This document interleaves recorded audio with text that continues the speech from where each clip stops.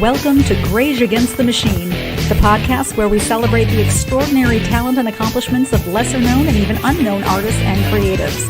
I'm Lisa Catara alongside Justin Harvey, and each week we'll explore the minds and stories of the journeymen and women behind your favorite films, shows, ads, music, and more.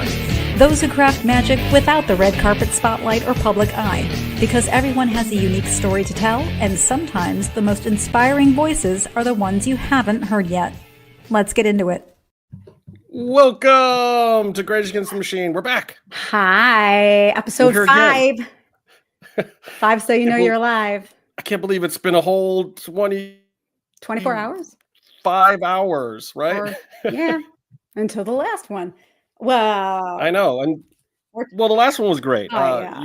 Sean was amazing. Yeah. If you didn't catch episode 4, back it up, back the truck up when you're done with this one. And check that out. Very poignant, insightful stuff from Sean, and just an amazing human being. So I was happy that Lisa dragged him into this kicking and screaming.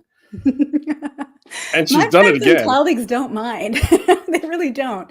I hope not, because this is what it is. So for those of you who haven't joined us before, if this is your first time, this is Greige Against the Machine. That's Lisa Catara. I'm Justin Harvey. We are in the industry / industry adjacent at all times. And this show is about the hardworking people of the business that aren't always heralded as, the 1%ers of the top A list. Right. There's a lot us here making real entertainment stuff happen for you. And we're talking all fields, and we want to cover them all at some point in time. But today is going to be fun, right? I got family in the house. I'm so excited. I think you guys are going to hit up. It's impossible not to love Alimi Ballard. You can't. I mean, I say that about my people, but he's just nothing but love and joy.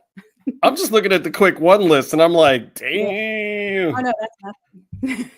Well, man, we're going to get into it. So without further ado, let's bring in the man of the hour, Alimi Ballard. What up, What's going on? How y'all doing? Blessed. I want to hear the crowd. I wish I had the Jamaican horns button with the. We'll go old school. We'll bring some of that back. We'll find you. I got y'all on my IG. Okay, I just want to let y'all know. I don't know how to do this. Can y'all wave to my IG? All right. What's up, IG fam? Yeah. What's going on? Come on in. I appreciate we love having you hanging with us, and I'm gonna talk to these beautiful people right here. Love y'all. That's how you do it, love y'all, because I probably know a handful of those y'all. Exactly. You know some of those folks. Yo, Ali. Yes. Oh my gosh. Hey, fam. So yeah. You are extremely. You're one of our Greiges. So the Greiges are not famous, not like A-list famous, but hey, it's that guy. We love that guy from those shows, and you certainly fit into there. I think you were established. No, you said lesser known. I'm so famous in Germany and Italy. I'm like, I'm having my ego is being attacked right now. You said some lesser known. Have you ever been to Buenos Aires with me? Have you been I have to not. Rio? You know how are you inviting Chocolate Man is in Rio de Janeiro? I can't walk down the street. My blackness, my chocolate alone draws crowds like you know what I'm saying? Like I'm Tom Cruise and some crazy shit now. So I'm like lesser known in some territories. I don't have to asterisk next to my lesser known. Okay. Right. Let me redefine. What you say? What happened? The ones that don't own castles in Italy, and if you get your own island, if you get your own Johnny Depp island, then so famous there. Not Greige. I get extra frisk through TSA all the time, so they stop talking. So they can talk to me. They be like, "Hey, when talk to you," I'll be like, "Here it comes, man." I have just insulted I know. Our guest. Let's go. So I got groups where I'm the most popular motherfucker alive. One, I love it. Where's my autograph? That's all I want. I'm done I need my hug. Right. 2, we're just gonna say, you've seen Ali. You've seen his work. I mean, this man has hundreds of episodes on certain shows. Like he was on Numbers Forever and Sabrina and CSI, Crime Investigation, and Queen of the South, and all kinds of queens. Queen Sugar, Law and Order, I was watching Lucifer and your ass popped up. I'm like, What? like, Man, you got Lucifer too? Yeah. oh my yeah. gosh. Brother, when I say this, I mean this. You are such a wonderfully nuanced actor, even especially in the guest stars, where you don't really get much before and after to like hunker and you like establish that character. You are so masterful at that. I fucking love watching you. First of all, thank you. That's such a kind thing and a specific thing. People who know what it is to do our job to say, you know. And can I just add that I love popping in and blowing up the spot. I know how hard it is to land the plane on day one with no prequel, with no foreplay, with no dinner, no appetizer. You're the entree, and you're there to carry you're the crying dad. So it's like your first scene is crying after losing your mom and your sister and your daughter in a car, plane accident, whatever have you. And it's your job. And your first scene might be the whole accident. You know what I mean? Yeah. So it's like they have the You're train. like Atlas, you're carrying the whole world. Yeah, it's like they have the train. They spend all of this money for the train wreck, the hospital's on fire behind you. And it's like, okay, action. Now, I love that you pulled that in together. Exactly that. You're in the middle of the storm, having to pull all the pieces together. But that's the New Yorkers, pugnacious. Bring me that smoke. Bring the smoke. Tell me to deliver. Have me make you believe on go. And I excel in that space. You do. And I love that you own that. Thank you for that. I really do. Well, you make it sound easy. Well, I want to know about some of the trials and tribulations. I want to know how you got to be the guy that gets all these reoccurrings and these regulars and all these spots, man. You got it rolling. So how did you get to that point where you could get it rolling like that? Like, to cut to the chase, you know, what you believe about yourself determines very often, I'm not saying 1,000% of the time, but very often your intention is the rudder for your life. And it's like baseball, it's averages. Like, you average, you don't get what you want so much as what you fucking believe you fucking deserve. That's the magnet. That's what allows you to say no to things, demand a yes, and bet on yourself. And it's okay to not bet on yourself. It's okay to fall down, to get on the mat. But the thing that I think helps me navigate the vision for my life that I fucking choose is I'm willing to bet. I'm willing to believe that I deserve to get it. I want, what's that, Kendrick? I want it all. Like you have to, you don't get, like, people want to be this, you be wanting shit forever. What do you think? Like, it's always over there. Oh, if I could just have that. I get to have this. I get to prosper. I get to eat. I get to live my dream. And it's really that belief that's back of all your auditions. It's really that connects with people. Right. It's subtle. When someone walks into the room, you're like, because you carrying, you call it a chip on your shoulder, right, Lisa, or whatever you want to call it, but you believe in yourself. Yeah, you walk in like, I'm the answer to your challenge. I'm it. Here I am. But I'm sure you can pick anybody you want. I'm sure if you pick me, I will add to your show. I will deliver more than what's on the page. I guarantee you that. And you don't have to pick me. I'm not the only person that can do that, but I fucking guarantee if you bring me on, I will give you everything I have. I believe you, and I've seen the proof of it.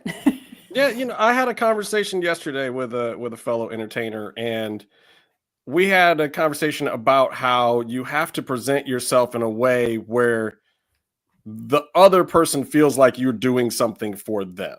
It's not about showing up and saying, what are you going to give me? It's about showing up for a project and saying, this is what I can add, and making them feel like you're adding to what their vision is. I got you. Justin, bro, that's it. Like you said, the whole thing. Where did you hear that from? That's the whole thing. People want to hire or work with people that give, not take. This is like bedrock human nature. People that show up to the party and make it better, not show up to just receive. And it's like that in business. Like, who shows up with extra? Who shows up with energy, thinking that they can add to this vision, this idea, my company? You know, you want to hire or partner, whatever you want to call it, with that person, not just looking to receive. So be the person that gives the most. I teach actors. Justin, you said it. Show up and give as much as you can give. Trust. Well, and as a producer, that's what I'm always looking for. Like, I don't add people to my team unless they're adding to the team. It's like, right. I don't need you if you're not adding to my team. But you keep acting because I see you coming for my job, and I don't need you producing. Funny you should say that. I'm actually producing right now. If I turn this camera around, you'll see all this camera equipment. But how's it going? I'm sure you guys are going to come up with something amazing. I can't wait to see. This is just one. Oh, brother, I've got plans for you too.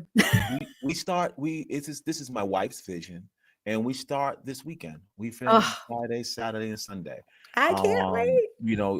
Call on some of my buddies to help. We're all like, what's your vision? I think the creator economy, or the working laterally with people to empower each other. You have to find the right people. Not anyone and everyone can do that. But if you have the kind of people that believe we can water each other and rise, we can empower each other, tribe, and rise.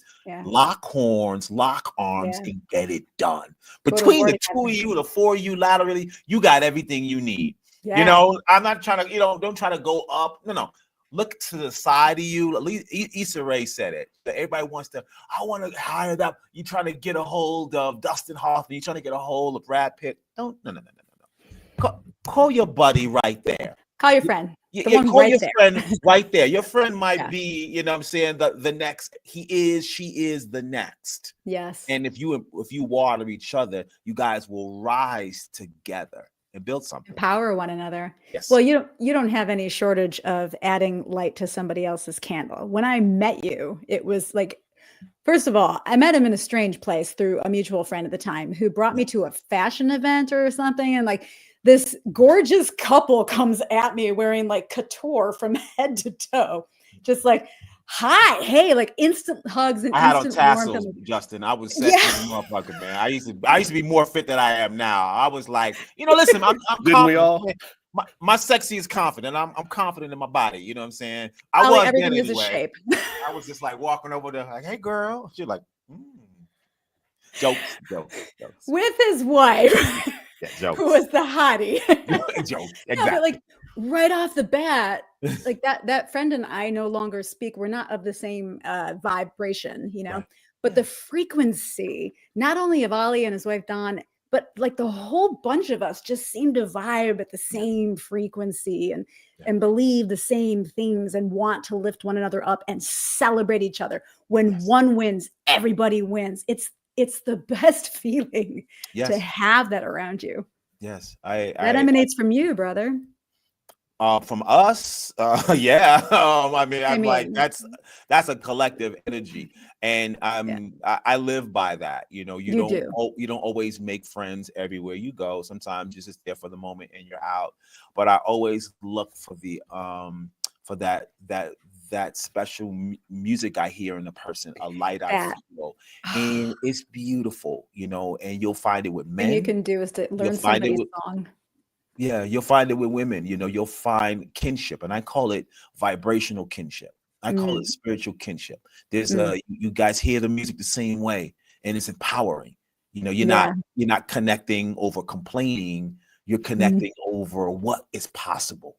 Yes. Yeah. People connect over complaining too. That's not what I'm talking about. People like to get negative bonding. Like that's not the kinship I'm talking about. And it's out there too. Like I hate you. Hate what's going on in this country. Yeah, y'all just going down the rabbit hole. I hate it too. We should start a club. Like that's not what I'm talking about. I'm talking about you're in a situation, you meet somebody, and the vibes always bring you a little bit higher. Even though there's a lot of shit going on. Yeah. You got family members, things are going on. You always seem to find a way to tune each other up a little bit. That's the thing I'm talking about. That's the beautiful thing that we do for one another. It's learning each other's song so that we can sing it back to one another when we forget our own words. Say that shit. Say that one more time, Lisa. Learning each other's song so we can sing it back to one another when we forget the words. It's the most beautiful. It says, I see you. Namaste. Bumbaclad. I love this telling man. you. That's it. You guys are on fire because you're saying the messages are right. They're pinging in the right key of light, of truth, of worth, of how what you're saying, what you both are offering are gems that people, tools, ladders folks can use. That exactly what you said, my love. That's it. Bring people up or leave them the F alone. Keep popping. Yeah, I call it grooming the algorithm. I treat it like my Facebook, where it's like, I don't want to get embroiled in these certain kind of conversations. Yeah. Well, then don't touch that post. You got to move on from that one. But Don't man, like if you it, like don't those witness cat it. pics, if you like those cat pictures, you better click like on it and keep them coming. Fam, You better interact with the good stuff that you want, or you're going to get the bad stuff. Justin, the algorithm mimics creation. It mimics vibrational attraction.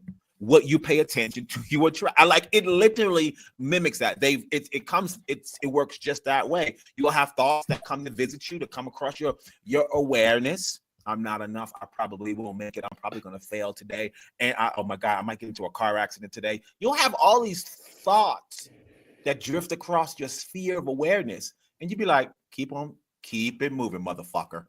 that one, believe in yourself. I bet on me. That's a bumper sticker. I'm grabbing that one, because it's too much smog in the vibrational air, and you gotta let some of those, let them keep on rolling off of you. And when some comes, or you decide to generate the thoughts that I'm bringing that one in life, and then you will attract more of the same, negative or positive.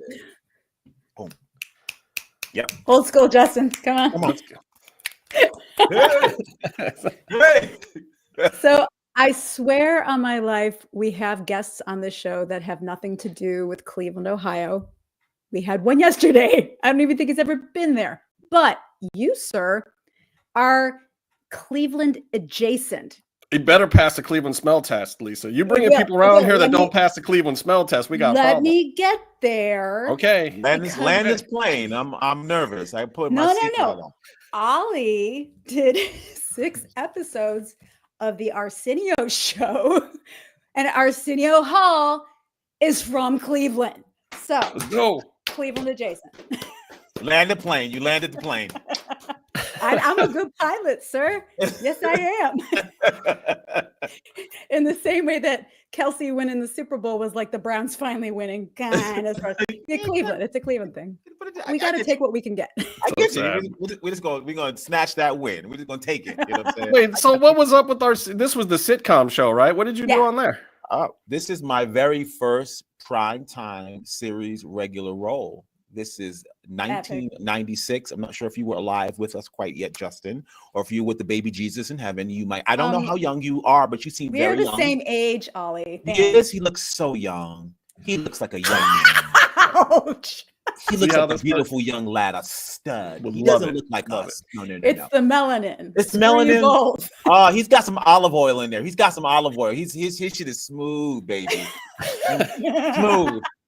So 1996, Justin, I left New York. I went to LA, and I left I was doing soap operas in New York, and it was elite from daytime television to nighttime television. So you go out there with your hopes and your dreams and your courage to forge forward to see if you can make your dream come true in that way. And one of the good fates, I was able to book this series, you know what I mean? That's my sitcom work. I played Vivica Fox's younger brother. Brother-in-law is produced by DreamWorks on ABC.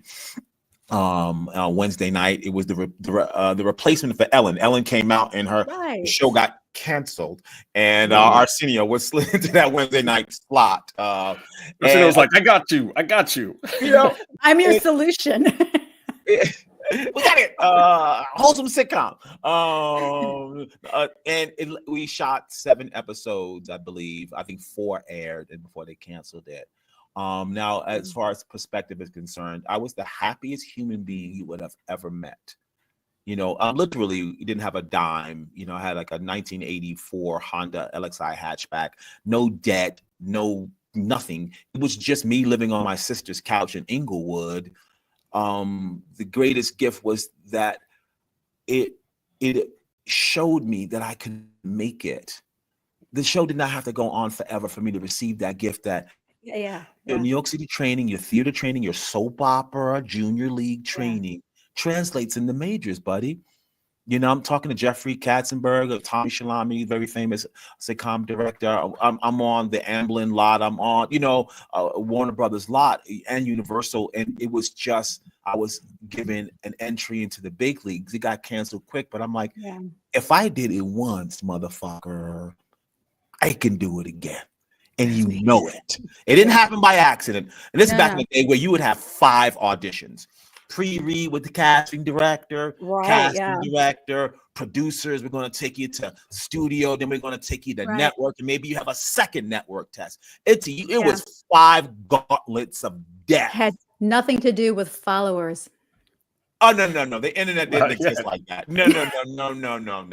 These people are looking at you, calling people you used to work with. They're like, they're in private investigator into your, whatever non-existent internet history that exists. It was a gauntlet because you wind up working for a major corporation, ABC, at that time. So part of the brand. They vet the fuck out of you. They don't tell you, but they're all in your shit, But I was so green that I had no shit to get it, but it was having the courage. And so, Justin, it was and Lisa, it was the courage to believe in myself that each stage, each step, that I can do it. And then once I got it, and it was the most beautiful experience for me to be, living a dream. I was making $10,000 an episode.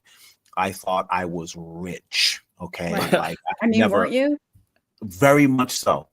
Very much so. Bought myself a leather jacket. I got my car painted for $600. I got new rims on it for another $600. And tiny little things. I was like, I kept this. I'm like, I called my car's name was Jasmine. I paid $3,000 for it. I was like, I was just so grateful. You moved that car out of Inglewood, though, right? What do you mean? What do you mean move it out of Inglewood? You're like fixing up your rims and painting your car and making it nice, but you're still living in Inglewood. Well, listen, I'm from the nicest car for a dude on the couch in Inglewood. I'm no the Bronx, judgment. Inglewood. This is a lateral move, fam. I'm home, Negroes.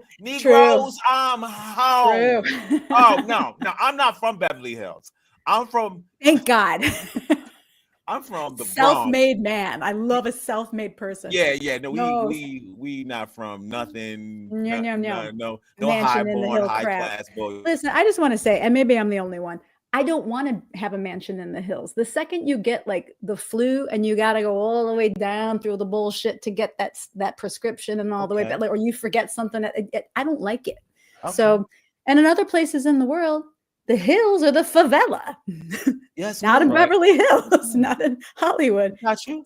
I don't got no issues with the hills. I don't got no issues. I like the valley just fine. I don't got no issues with a couple of acres. I ain't got no issues with all that. All that works. I mean, the hills down. He's like, bring me the house. I like all that. No, I lived in the valley. The temperatures, like it's 104 in the valley when it's 78 in the. You lived in the nice part of the valley. You lived in Toluca Lake. I was in Encino, Tarzana. Oh, ghetto. I was like, when I moved out there, I was like, Sam Jackson lives 5 blocks over there. This is the spot. This is where I want to be. Because I love Sam Jackson had the money to pay that electric bill on that AC. I did not. Yes. The Jackson compound is in Encino. You know what I'm saying? There's a lot of money up there. They got. I actually met the Jacksons coming out of the compound right after Michael died. They were coming down the street to the Coffee Bean right over there by where my kids used to do karate. But I was a valley dude. But I'll tell you what, I would take the house in the hills, Lisa. I would take the house in the hills. I'm not coming to visit you very often. I'll be warned, because the cookout is gonna jump at my house in the hills. They're gonna kick me out real fast anyway. So it's gonna be a hell of a party. Pay off the neighbors. Listen, take some. Throw some cornbread. They'll come by. Yeah, well, they'll get a plate and they'll be like, "You can stay." Give me a couple thousand square feet somewhere in the valley with no one up on top of me, and I'm happy. Yes. I mean, yeah, I can see how that could work. Alimi, I gotta ask you about Sabrina. Come on, talk to me. No, what's up? What was up with the outfit on the Sabrina? my sex appeal. What do you want to know about my sex No, appeal? I mean, Yes. I want to know. You want to know? Like, you want some tips? I want to know How can I help you? I want to know Oh, no, what the Justin doesn't- character was that You guys are- that you got yourself into on Sabrina. Explain this to me. Wardrobe loved him. You talking to the sexiest warlock that ever existed. You know what I'm saying? My name Albert, the Quizmaster. I was here for all your fashion needs and your magic and voodoo training. I was my fits are legendary. The sequin, the satin, my lime green satin, man. Listen, bro. I wish I had it right now. The next Halloween. It is Christmas. I'm getting it done. I'm telling you, I want to see y'all next year, Halloween episode. I'm gonna be lime green, 70 top fit, but I'm gonna have my chest out because I work out now. Okay. How old were you? You were a baby back then. That show happened like so. After Arsenio, the show got canceled. I was excited. I booked another pilot, another sitcom, right? Because my work on this on Arsenio was kind of good, right? Like, and so you get response from other executives. Oh yeah. And so the next pilot I got like on one audition. I didn't have to do 5, right? Love it. They slid me right. It was on NBC. I got to the table read, and fam, I called my agent afterward, and I was like, "Can you get me off this show?" Oh God. They were like, "Excuse me." I was like, "I don't like any of these people."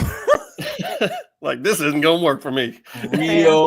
Real talk. Sometimes you're young, you don't have a family, you're not obligated to be anywhere. As I tell young people, don't sign up for nothing you don't like. You're not like because you're lazy, but because spiritually it doesn't feel right. It's okay to walk away. Spiritual cancer. It's not. You can feel a vibe. It was different from the other vibe, from the Arsenio vibe. I won't name no names, but I walked up in there and the vibe was just like, Survivor. It was before Survivor. It felt like Survivor. I was just like, nah, fam. I called my agents. I was like, and they were like, because you're making more money. It's like a back-to-back pilots. And they were like, maybe let's see. I don't know. They thought I was a psychopath. They're like, "Can we see you make it to the end of the week, kid?" Like I know they're looking at me like this dude is like not well, but it was a vibrational thing. So they fired me 5 days later, and I was like, "Yes, thank you." I had the 7 episodes of $10,000 after taxes, and I had more money on the other pilot. So I was like rich. I'm rich. It's the funniest thing I know. But I'm 24 and I think I'm rich. I'm like, but I'm not spending my money. I'm still living with my sister. We got a better apartment. Awesome. And then right after that, Sabrina came along. Wow. And I started on that journey, man. And how did you even did you know what it was on the page when you went to read for it? Did you know how unique Quizmaster was? Or did you did you make that? Did you create that? No, I didn't have, I was really it was because it's different from a multi-camera sitcom. I didn't know that. There was going to be no audience there. And I didn't know that. So it was like the single camera. They have a laugh track, but there's never any audience, but the writer's laughing. And I found that experience odd. You couldn't try the material on live people as the people who wrote the material laughing at their own jokes. 2 people. I like that. It was different, but I didn't know how iconic it was going to be. Not at all. Paula Hart was Melissa Hart's mom, who was executive producer, and took me out to lunch. Did a reading, took me out to lunch, and she was like, "We're gonna, bring you on." And I was like, "Let's go." And I met Melissa shortly after that. She was the sweetest, still friends with Lisa Donovan, Nate Richard, the whole crew basically stays together. It was one of those, another place where you meet people and you kind of hold on to each other. So Sabrina sits in a place of absolute, this it's like this. It's like the sweet part of your career before, crazy shit happens, before you start, dumpster fires happen, before you get into adulthood in your mid to late 20s and 30s. That's when you start seeing the other side of any kind of, definitely of Hollywood. But this felt like the sweet period, it was all kind of new. It was, and meeting people in our early 20s. And as you mature, people mature, issues mature, their, demons get more complicated. And then it became, it became different as time went on. So what's the longest run you've had on something? Oh, what's the big chunk? What's the longest one? He said he's famous. I don't know where you've been. Like, listen, friggin' Ollie's. Listen, man. The longest series I've been on, from was Numbers, right? We shot Numbers the summer. March of 2004, 20 years ago.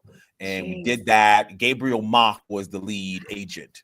It wasn't Rob Morrow. Yeah. Did it with Gabriel Mock. The network looked at it. They're like, nah, I fired that guy.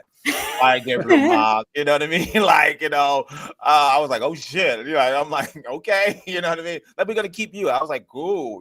Like, oh, so it was his chemistry with me that messed. Like, it wasn't my chemistry. No. It was his. No, cool. Krumholtz. It was him and David Krumholtz playing brothers. They just couldn't see it. Like, they wasn't. Yeah, they were like, nah. I mean, they love Gabriel, but I mean, I'm sure Gabriel was like all good. It worked out later for him. No one was worried about Gabriel Mock. He's totally fine. He's going to be just fine. He's going to do okay. He's so handsome and talented. Though you do not cry for Argentina. He's good. All. Worry about yourself. I didn't think anything bad was going to happen. I just know it just wasn't a fit. And I remember talking. He was like, "It's all good." I was like, "I want to be that mature when I get older." And so they hired Rob, and then we shot another pilot in like a couple of months later, and it kind of everyone was like, it kind of was a work for the network for CBS, and then we got rolling. And this is, it feels like another life where your first order is 20, your first full season is 24 episodes of television. 24 episodes. Do they even make shows 20 episodes in a season anymore? It's like 10, 6, 8. Bro, I'm from a different world. I'm watching it change. It's like it just old. Family. School. Like season 22 episodes, 24. Like you would work forever. Yeah. Like you would have a couple of weeks off. Go ahead, bro. You did like 100 episodes of Numbers or more. Yeah. More. Crazy. We shot more. Like I wasn't in all of the episodes until like the last 3 seasons. And then you like, kill it. Okay, so but so this is kind of where I was going with this, and you've booked these regular roles throughout your career, but what I want to know is, like, being that this is the working class Hollywood show, what is that grind like once you do book? Like, I know there's a lot of people that are probably going to watch this and say, well, man, I wish I could even get on that grind, but I still acknowledge that it is still a grind. It is still real work. You're doing real people work. So what was that grind like, even though you had the security of these big orders and the show that's continuing and you're booking these regulars all the time and these reoccurrings, and like you are a TV star? Right. But I mean, what's the grind like at that point? Like, what's the lifestyle like? What's the workflow like? How much are you putting into it? What is the stress on your soul? Like, what's the real grind like? Well, everyone is different. So when I got Numbers, I'm about 32. So I'm married already. And so now for me, it was family planning. You know what I'm saying? We had my first child. Priorities. And so I was building a nest. I was building a family. I bought my first home. I was like, let's, before it was like home ownership was a cute idea, but you're a bachelor. I'm like, I'm in the fucking club. I am not trying to own no mortgage. It's like nothing that was but not all young men are like that. Some people are like business minded, buy property. I was like, fuck out of here, bro. We in the club. But you get married. You get married, your wife is talking about having a baby. You're like, oh, I'm a young man. I'm gonna need you to get this shit together. You're like, all right, let's go. I'm gonna need to get shit together. We need some money. Go work. Yeah, go to work. And we're gonna hold on to the money. We're gonna invest in. We're not gonna buy leather jackets and fix our car. We're not gonna buy goofy Range Rovers with red spinning rims with a baby Jesus chain. Like who the fuck is like family? That's actually not what we're like. Mink coats. What the fuck? We're going to, you're going to invest in private school. Like you will move your resources in the direction of the life you're working to build. Yeah. And so it was me, buying a home, having a newborn, being first time dad, dealing with the anxiety, the nervousness of trying to keep a child alive. You can't kill your kid. You got to keep your kid alive. I'm glad you did. Your kids are amazing. Thank you. And going to work in the politics of learning corporate America. So like it was the first real long run. And so that's when you learn all of the things. That was really the education. Bro, okay. That's when you learn how the sausage is made, fam. Okay. He knows he's got to. Yeah. That's when you're like working a corporate job, coming home, sleeping, in the garage so you don't wake up the new baby, going to work 5 o'clock in the morning, getting off the work 2 o'clock in the morning, dealing with, network notes, celebrities, guest stars. You got Henry Winkler, you got John Hamm, the Christopher Lloyd. The people that go through a procedural show. I love that Law and Order shows they have hired everyone. And of every actor, because if you have that kind of long run procedurals, you'll find all of the stars. Josh Gad, you know what I mean? There's so many. Right. Tom Hanks' son, and Joseph Gordon-Levitt did like Colin Hanks did like 2-3 episodes, but they're also friends with David Kermode. Joseph Gordon-Levitt. There was so many people. How much fun though! Ooh. It's constantly flexing your muscles with new energy and new directors. Great. I learned almost everything I know about how a set runs. Now that I am of the mature demographic, I find myself to be generally one of the more experienced persons on set. Sure. I'm actually very grounded and I'm very quiet on set now. Yeah. Like I stand around and I observe if other people know how to do their jobs. And I don't say anything if you don't. But I was like, you kind of know at this point, if you have been paying any bit of attention, Justin, how it's supposed to work. So I find myself being more of a resource to the late 20s and early 30-year-old actors, male, female. And I we call it, giving game. You know what I'm saying? So, if I'm playing, a recurring role and I'm the father of a kid who's a series regular, and he's having issues, with the script, and he wants to approach his bosses, his executive producers. Those are the moments when I'll be like, "Well, so what do you plan on saying?" Yeah, exactly. Break it down for the youngster, please. What's your idea? So, what's your issue? You know what I'm saying? So, okay, the script didn't. So let's talk. You mind if I come in your trailer? Like I'm like you move so easy as an older gent. You're like, but you seem like we haven't worked together yet.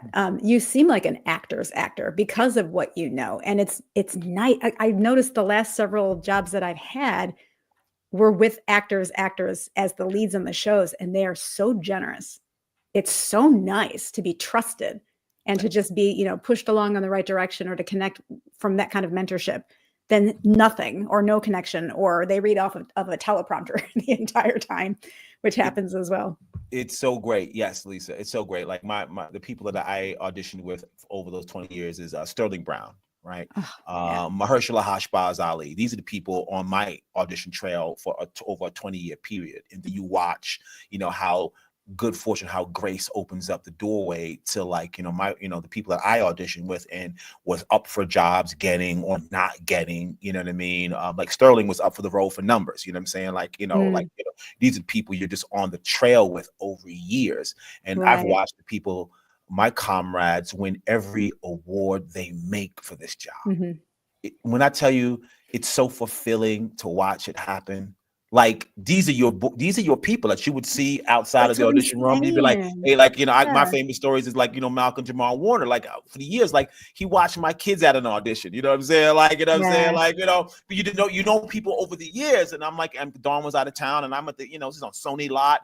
We're going in for the same job, but there is no competition at this point. There is no competition. Yeah, it's a season.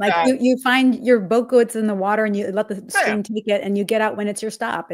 We're presenting our art. The gallery owners want to see bringing your painting. This is bringing your painting. Like you can only fumble your own presentation of your own painting. That's what you can do. You can't stop nobody else. I can't stop you from presenting your painting. I can only fumble the delivery of my art, of my song, right? And so, I got my kids, and then Malcolm was like, "Yo, you want me to watch them for you?" I was like, "My dude, I appreciate you." Like this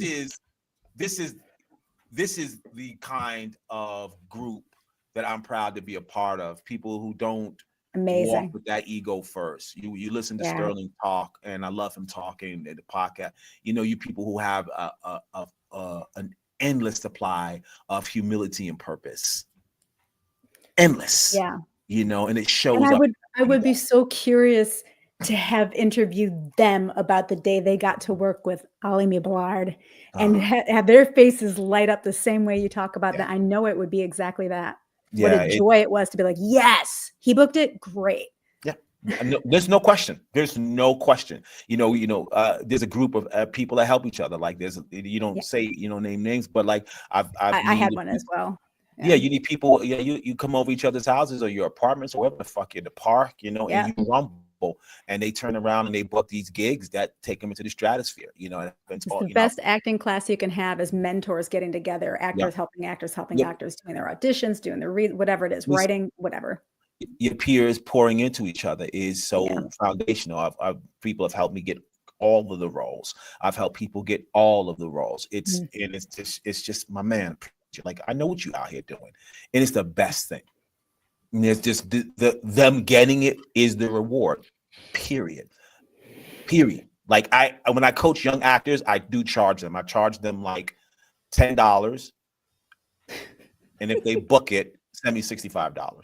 Because they're not my peers. I love it. They're not my peers. You want to teach people, young kids, that you should pay. Invest in yourself. It's a good money exchange. Well, $10. Yeah. Well, we respect what we invest in ourselves. Because there's more teachers. Your peers, they need it. They want it. They get how important the moment is. But the young kids, I be like, okay, Venmo me $10. Like, and it's only like $10 to study with Holly. I shit you not. It's only by referral. There's no advertising. This is just, you would have to know that I'm an actor that does that. And usually on set, they'd be like, yo, you mind if I ever have an audition? I'm like, maybe.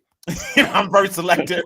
Let me think about it. Let me check your socials and make sure you're not like crazy. Right. And when you book it, you can give me $65. Right. When you book it. So I want to go back to that other moment. Let's rewind back to that moment where you're given that advice, because this happens to me a lot. I have several different people at different places that I mentor that, I've taken under my wing, similar to what you're talking about. Like, if you know that I'll do that, it's because we already had a discussion or somebody passed you directly on. Somebody told you. But yeah, so and when you were saying that, I'm thinking to myself, okay, that piece of advice is an important moment. And I kind of want to cue in on that for people that are listening to this, because the way that you approach these moments where you have an issue, it's going to happen. Like, as much as all three of us believe in positivity, believe me, some negative things are going to happen. And you do have to stand up for yourself at a certain point. But I tell these people that I mentor that there is a way to do it. There are certain things, and you have to know your audience, first of all. Who are you talking to, and what are you talking to them about? Also, one of the things I always tell them is what we were talking about before is present solutions, present what you can do about something. Don't just present what the issue is to you. Lisa, and I love this fucking guy, Lisa. I love him too. And I think that's really important too. And I also think that, the old adage of give a compliment before you give the criticism works wonders as well. Even though we know it's a little bit BS, and a lot of us can read that when it's coming, when somebody comes in and says, but it still softens the blow. Like, if you're going to club somebody over the head, there's a way to go about it that is polite and kind of works in the industry. Yes, at all, Justin, but go ahead. But I'm just saying, it's like, I feel like these are tips that some of the younger generations, they miss out on some of these things. And as I start to go from mentoring the millennials, now mentoring Gen Z, it is a very different thing. And it's like, I feel they're looking at me like, man, you're crazy. Like, I got Riz. I don't do that. Like, no, you do need this. Like, these are important things, and you have to understand the context of the situation that you're in, and what the people are willing to hear, not just what you want to say. Right. And always listening with the intention of understanding and not just waiting to respond. I feel like this younger generation wants everything yesterday. It's like now, me, go. Everything's so click right in your hands. It's so convenient. You forget about the humanity of what we do in our everyday lives. That's why I think this show excites me the most, because like, this is just arts and entertainment. These are creatives. These are people who make things, connect people, connect ideas, stand in each other's shoes. They have compassion and empathy. They constantly asking the why and the what all the time. And I don't think it's healthy to ever lose sight of that. I really don't, to stop asking those questions of each other, not only ourselves, but like, what we have in common. I agree. And Justin, you had said something as well that which deserves another highlight. If you find yourself at an obstacle at a job like that in entertainment or any job, it's good to be able to, the compliment people, or it's not so much butting them up. I find that people need to know where you're coming from, and the positive word usually lets people signal that I'm not here to harm. I'm not here to throw shit like a chimpanzee in the cage. I'm not here to throw shit. I see an obstacle. Okay, so and it kind of helps to disarm people. But like, before you raise your guns, you get into your your insecure bag, or this is my fucking sandbox bag. Not here for smoke. I think there's a problem with such and such, and here are some options that I think could be helpful. And when generally, like I have disarmed monsters with that. Just full-blown people ready to go to war, and you're like, well, hold on, and that's what, you don't highlight the problem, give it some thought. When I was talking to that one particular, cat, I was like, okay, and then, what might be good is to say, hey, here are some options that I thought. You walk out of that meeting looking like a hero. You walk out of that meeting looking like a young man wise beyond your years.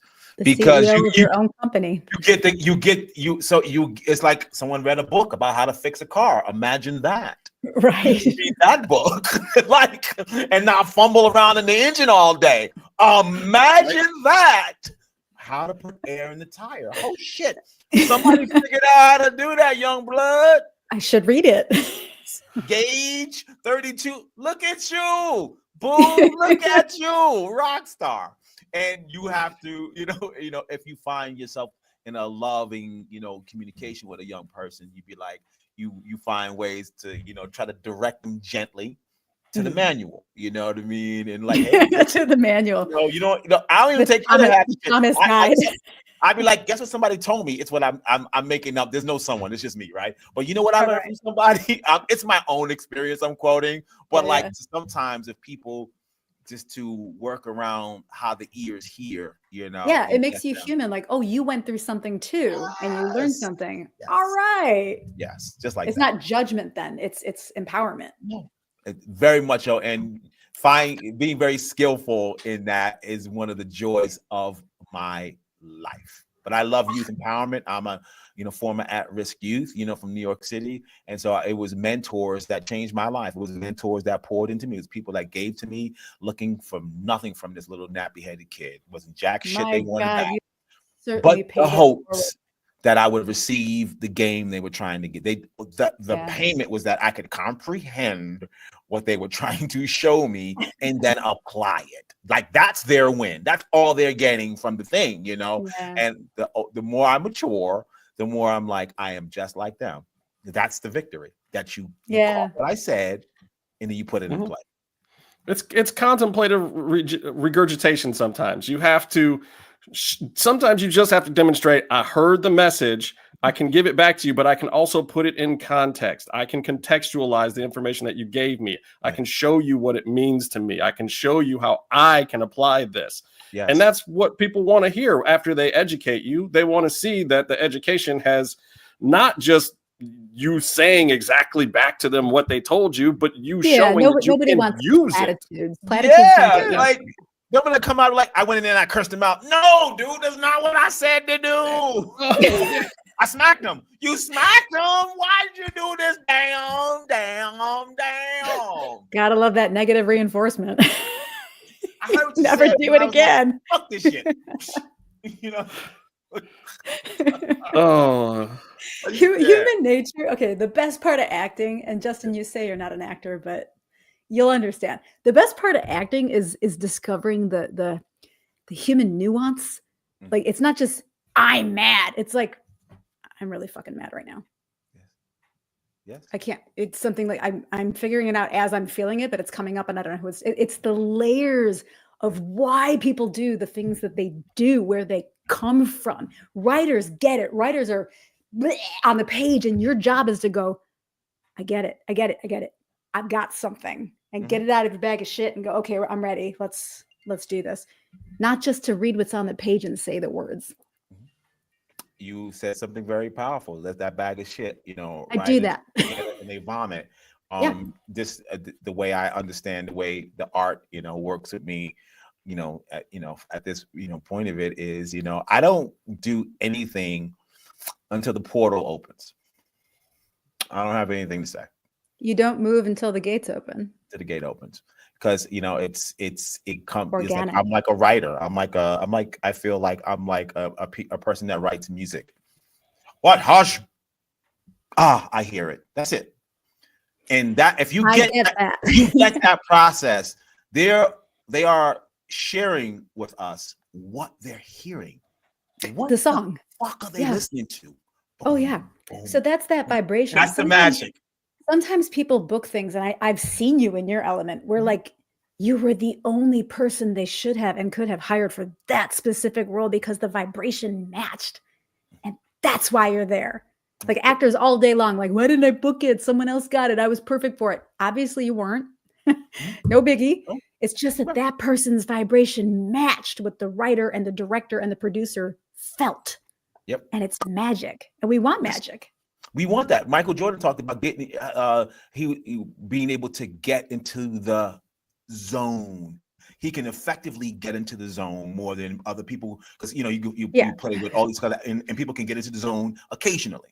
And they can get into the zone occasionally. And he worked himself, he drilled himself with discipline to be able to kind of will himself into the zone. And that's that's another level before that's after you know how to do the job, and then now we're dealing with another. That's not for the young kids. That's not what I share with them. That's a master's program. That's what I share more than $10. When I show my peers, like I'm not feeling that, Ollie. I'm like, okay. What's your routine? Like when I'm back with my peers, I'm like, okay, you're off your routine. That's why you can't hear the music. Okay, do this, do that. You know what I mean? Until you can get, because once the music turns on, you're perfect. You're perfect. You can't not dance when the music is right. Yeah. Metaphorically and otherwise. Yes, ma'am. So a good way to shift gears a little bit, I want to ask you, and I don't know if you've even experienced it yet. I have on the stunt side quite a bit. Acting side, not yet. The migration into AI and the worry about, the kind of coldness of robotic programming and where it's going to fit into our industry and how you feel it might affect your ability to perform or the people that you perform with or the quality of the projects that you get to work on, any of it, if you have any insight on that. I mean, I have the way I see it, you know what I mean? It's valid, whatever it is. Yeah. I feel like our entertainment industry is subject to what's going on in a corporate sense with our world. You know what I'm saying? The erosion of unions, the erosion of the middle class, and a return of the turn of the century robber barons. You have the 8-hour work week, not because JP Morgan or Rockefeller offered you that, you fought for that. You have child labor laws where children don't work, where they go to school, and it's by law. And if you don't send them to school, you get arrested, not because the employers wanted that, but people, someone's grandfather's grandfather and grandmother fought for that. You know what I mean? And there was we're in a worship of the billionaire class, which is the robber barons of old, the same group, the same, and so there's an adulation and an adoration for this class. And so what we see is government capitulation to the ruling class, just unromantically, you know what I'm saying? The JP Morgan, what he says goes, what Rockefeller goes, what Vanderbilt says goes. Like, actually, I'm going to put them in government, and we see that across the board. So replacing you with a robot is akin to the same spirit. You know what I'm saying? I'm going to train my robot on your work for free, not compensate you, and then replace you with my robot. Like, to make it real unromantic, like, how does a robot know how to do what it knows how to do? Oh, I fed the robot your work for free, uncompensated, and now my robot is going to replace your karate moves. You know what I mean? And it's like, anybody's essence could ever be replaced by something technical. I am not impressed with this. I'm not impressed. I am not impressed with this group of people. I do not find them impressive. I am not afraid of them at all. It is the same small-minded thinking that wants to take and pay less and get more. These are the most unoriginal motherfuckers ever. Uninspirational, unoriginal. They're basically making something because they don't understand it and they don't know how to do it, so they want to destroy it. No, I think, how can I do that and not pay anyone? This is the only this is like, but like, and that is where it starts. That's 100% where it starts. That's why you want to get rid of. That's why you want to replace the actors. Let's be real. Like, people just think about it logically. If I can replace the actors, there are fields of industries of people that are eradicated financially behind that. There's no makeup. People have won awards for that. There's no special effects. They are careers. There's a whole categories of Oscars that are going to go away.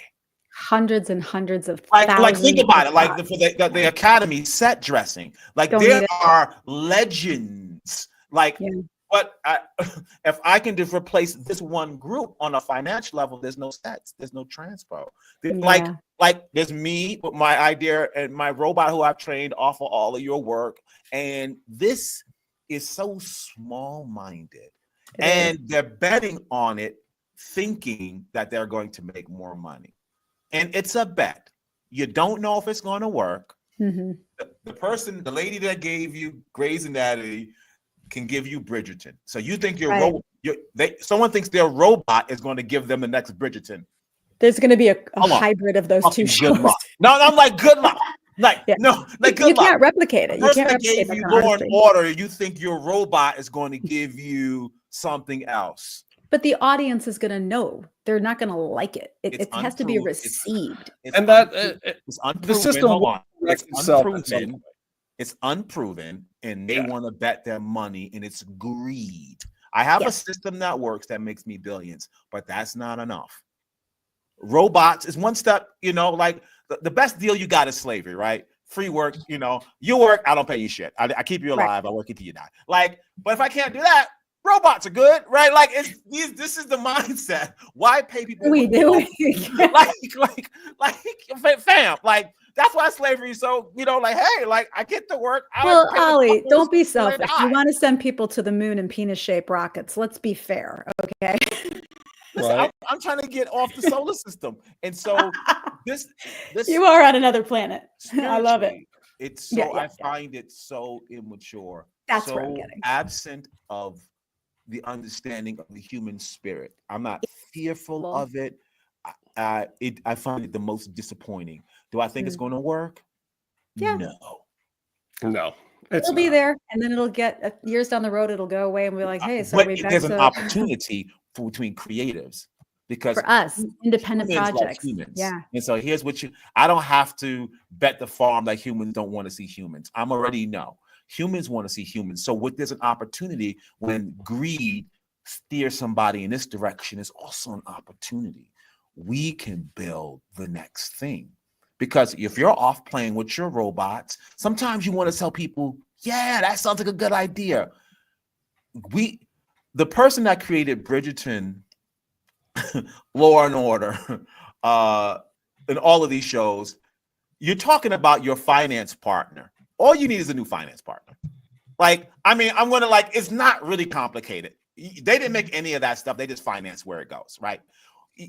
You just need a new finance partner. Period. Right. It's like no. They didn't create any of it. They licensed your shit. They licensed Aaron Sorkin. They licensed your shit. You just need a new finance partner. Right. Get the fuck out of my way. Why am I? That's always an option. Jump off and go back to what works. You know how much money is on Earth? Yeah. You don't need these particular people to finance you if they don't want to do that. If they want to replace you with a robot, you can't stop them. Enjoy that. Aaron Sorkin, okay, so we write the shit. Thank you. So guys, you guys go over there. All right, so we're going to write some more shit that the humans like, and these people are going to finance it. Why are we arguing? Why we know these other people to finance the way we know we can have a whole show on just let them this. Go. Right. We can talk about this for hours. In the interest of this show, I don't want people to miss out on this episode, and we're at the 59:41 here. So You are not replaceable, sir. Thank you so much, Alimi, for stopping by. We love this. This is the kind of conversation we love to have here. We got to have like, I'm telling you, Lisa, we got to do like some roundtable shows and get a whole bunch of people talking this stuff. But thank everybody for stopping in. This was another Greige Against the Machine. Come back at us next week so we can give y'all some more. Pretty please. Thank you, Alimi. Thank you, Lisa. Thank you, brother. Bless. Thank you, Lisa. Love you, brother. Love you, baby. Bye.